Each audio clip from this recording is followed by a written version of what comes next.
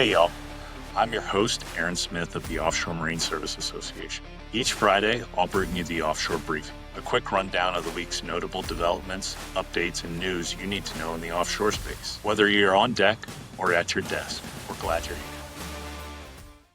Hey, welcome everyone to another episode of the Offshore Briefing from Maritime in America. As always, I am your host, Aaron Smith, coming to you with my two co-hosts, Angel Johnson and Ashley Smith. I nearly mixed up your first names and last names there. That wouldn't have been good. Or you could call her Angela, Angel. Yeah, what else do people call you? Yeah, what I get Angela a lot. I get Angela. And Angelica, Uh-huh. I get that as well. Not Angie. Right. Don't call her Angie. Yeah, None of those are my names.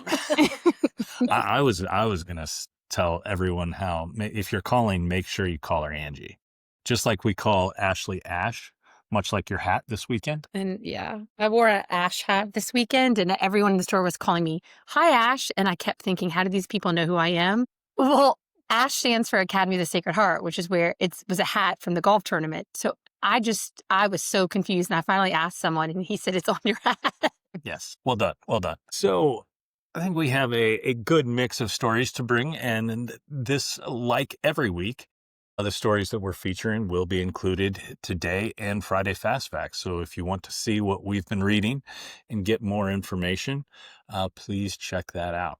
So the first story I wanted to talk about is actually a story from late Friday where the Department of Interior, specifically the Bureau of Ocean Energy Management, ordered or provided a stop work authority to Ørsted on their Revolution Wind project. This project is 80% complete. All of the foundations have been installed.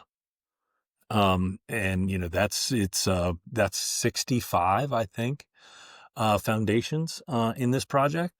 And then I think 45 of the 65 turbines have been installed. So this is a very, this project has been worked on for years. They had, all of the environmental work that was done. Then every agency within the government reviewed it. The states reviewed it, all of which have given permits. And a permit is a contract with the government. That's what that is. And so now, after all of those, again, contracts have been issued, now you go back and the rug has been ripped out from under them. And I know lots of AMSA members have contracts on this project and have vessels working on this contract. Now, of course, we would like to see more vessels. Some of the foreign vessels that we have vessels that can do that work should be being used. And I think if more of those U.S. vessels were being used, it would be harder to cancel this project. But, I think that this is not an offshore wind issue. This is a good governance issue. And look, in U.S. politics, what always happens? There's always a pendulum, and it usually swings too far to one way and then too far to the other way.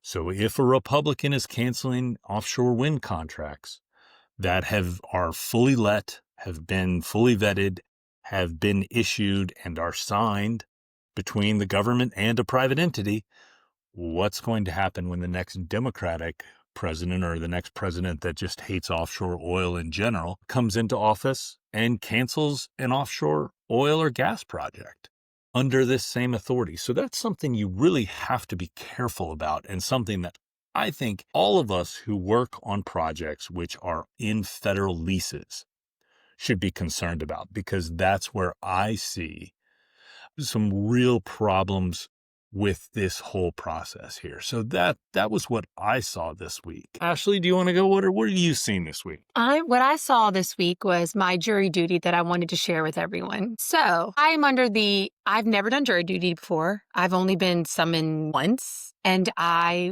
was able to go online, fill it out, and say that I couldn't come. I did have an event pop up, so I really couldn't.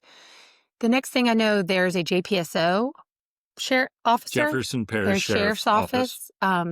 Lovely gentleman at my door, and he served me with a jury duty summons, which I could not get out of. I tried everything. So I reluctantly rescheduled my whole day, had snacks packed. I was ready. I had my computer. I was going to spend the whole day there. I was ready to do my civic duty. And it was literally the funniest day ever because I got there extra early, had no clue where I was going, was taking pictures of buildings and sending them to people and asking, is this the building? Is this the building? And then was told not to take pictures of federal buildings because that could look bad. Then when I got in, I love people watching. It's my favorite pastime. And so I was maybe taking pictures of guests. Like, also got the no on that. You're not allowed to take pictures in there. Yep. Yeah. Yep. Courthouse and almost every federal and or state building. Yes. Correct. Yes. And then guess what, guys? 9:30 a.m. So I'd only been there 1 hour. They came in and dismissed us all for the day and said that will count as our jury duty. So I have 2 years free of jury duty. The moral of the story is just be positive and go with it because guess what? Had I fought it and not gone, then I probably would have ended up on a day where I was there till 7 p.m. Well, I would just point out that especially with your first story about not realizing your name was on your hat, that made me reminded me of the Norm Crosby quote of, when you go into court, you're putting your fate into the hands of 12 people who weren't smart enough to get out of jury duty.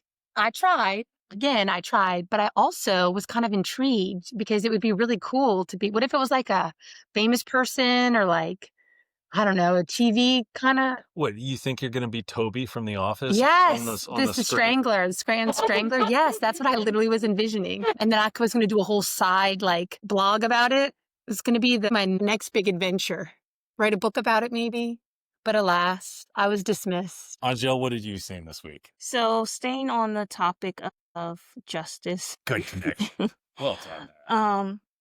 The Coast Guard, they did something to ensure the safety and security of the maritime transportation system, the U.S. maritime transportation system.